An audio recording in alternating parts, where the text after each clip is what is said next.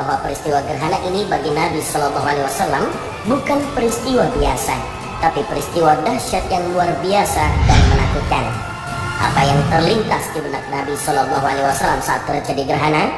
Lalu apa yang kemudian dilakukan Nabi Shallallahu Alaihi Wasallam saat peristiwa alam ini terjadi?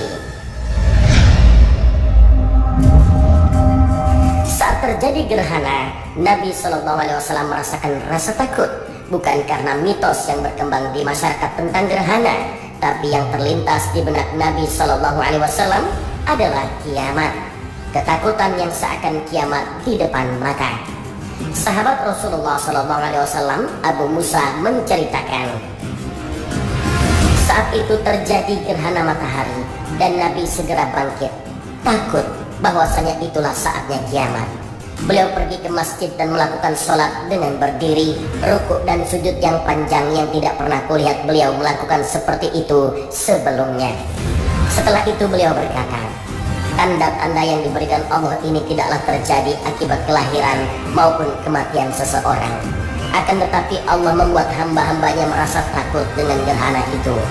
Maka apabila kalian melihatnya, ingatlah Allah, serulah Dia dan mohonlah pengampunannya. Hadis riwayat Bukhari dan Muslim. Ketika terjadi gerhana, Rasulullah merasa khawatir karena gerhana merupakan salah satu tanda terjadinya hari kiamat. Jika yang terjadi gerhana matahari, maka yang hilang dari penglihatan adalah cahaya matahari. Jika yang terjadi gerhana bulan, yang hilang adalah cahaya bulan. Hilangnya cahaya bulan, kemudian dikumpulkannya matahari dan bulan merupakan salah satu tanda kiamat yang disebutkan oleh Allah Ta'ala di dalam kitabnya. Ia berkata, bilakah hari kiamat itu?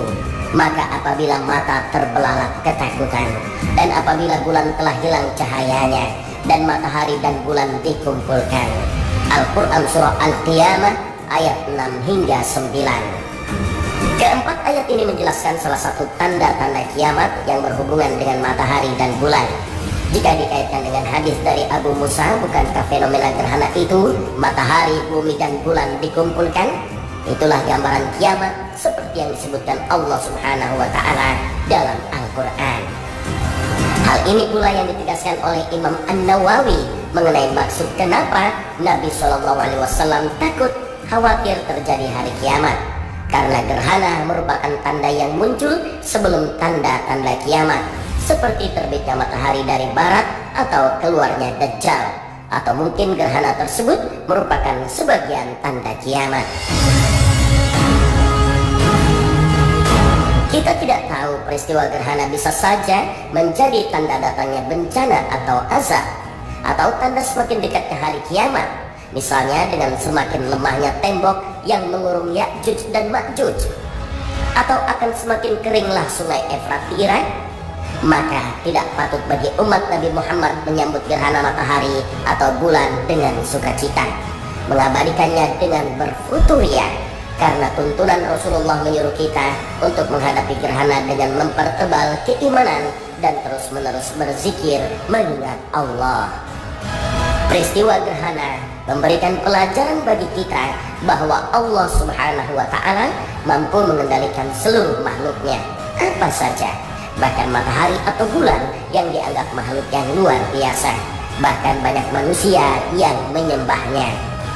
Itu sebabnya Nabi menganjurkan untuk memperbanyak zikir, istighfar, takbir, sedekah dan bentuk ketaatan lainnya.